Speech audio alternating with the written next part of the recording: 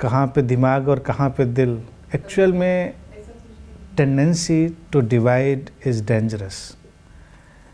There is no division as such, कोई division नहीं है।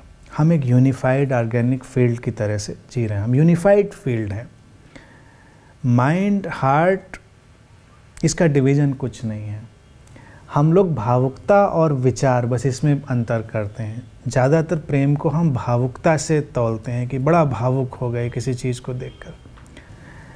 इसकी भावुकता एक कवच है, और भावुकता हमेशा तुम देखोगे कि जो बहुत सेल्फ सेंटर्ड या जिनको हम बहुत स्वार्थी लोग कहते हैं उनके अंदर होती है। वो बस भावुक हैं, उनको किसी बात से किसी चीज़ की परवाह नहीं है, वो अपनी भावुकता में खोए हैं।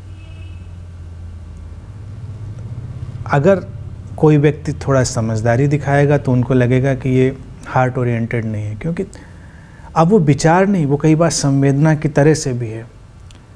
तुम्हारी संवेदना विकसित हुई तो तुम उतने भावुक नहीं दिखाई दोगे, और फिर विचार और ऊर्जा और हमारी सजगता और हमारी सारी चीज़ें एक साथ फंक्शन करेंगी।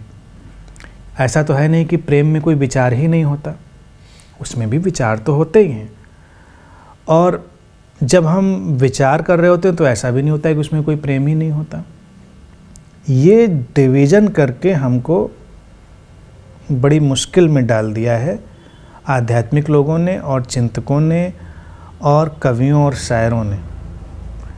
इसीलिए एक बार प्लेटो बहुत बड़ा चिंतक था, तो कुछ उसके व्यक्तिगत अनुभव रहे होंगे, तो उसने अपने एक यूटोपियन समाज की कल्पना की और उसने कहा कि जब मेरा समाज बनेगा तो उसमें कवियों शायरों की कोई जगह नहीं होगी, इनको वहाँ जगह नहीं देंगे।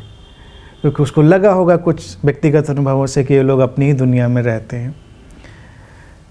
दिल दिमाग का कोई अंतर नहीं है, और मेमोरी का फंक्शन जो है मस्तिष्क से वो केवल लॉन्च होती है। अब तो वैज्ञानिक रिसर्चेज में, जैसे मैं पहले ही बात कर रहा था, ये बात इस्टेब्लिश हो गई है कि मेमोरी सेलुलर है, जिसको भारत में बहुत पहले से जानते रहे हैं, जिस पर हमने भी विस्तार से बात करी है, काया स्मृति, कि हमारी पूरी काया में स्मृति स्टोर्ड है, संग्रहित है। मस्तिष्क के कुछ हिस्से उस स्टोर्ड मेमोरी को लॉन्च करते हैं। ऐसा नहीं कि मस्तिष्क में मेमोरी हमारी स्टोर्ड है। कभी कभी ये भी देखा गया है, और वो चीज़ें भी मेडिकल डिस्कवरीज़ के लिए एक चैलेंज और हाइपोथेसिस की तरह हैं जिन पर काम होगा। कुछ लोगों के मस्तिष्क में चोट लगी और उनकी मेमोरी चली गई।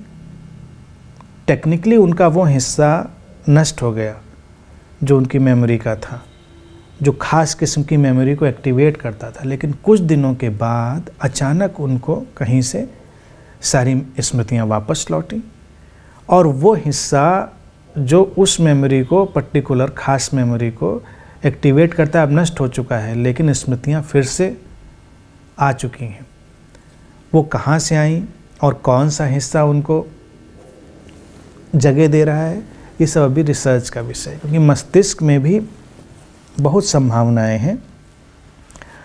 और जब हम लोग काम भी कर रहे थे वो तो पता ही था सब लोगों को, वो लोग भी कह रहे थे जो MRI वगैरह पे कर रहे थे कि अभी 90% हिस्सों के बारे में ज़्यादा जानकारी ही नहीं कि वो क्या करते हैं। तो अलग अलग सेंटर हैं जो केवल चीज़ों को पुश करते हैं, लॉन्च करते हैं, लेकिन मेमोरी स्टोर कहीं और होती है, उसका स्टोरेज कहीं और है, तो मस्तिष्क में नहीं है। वो क्या है कि हमारे मन के और गहरे तल हैं, उनके मेमोरी स्टोर करने के अपने ढंग हैं। चेतन तल पर, कॉन्शियस तल पर हम मेमोरी अलग तरह से स्टोर करते हैं, और गहरे तलों पर हम सिंबॉलिक और बहुत सारे प्रतीकात्मक ढंग से स्टोर करते हैं, स्टोरी वाइज इसको स्टोर करते हैं। तो कई बार हम जिनको सपना कहते हैं वो भी हमारी स्मृतियों का ही रिप्ले होता है।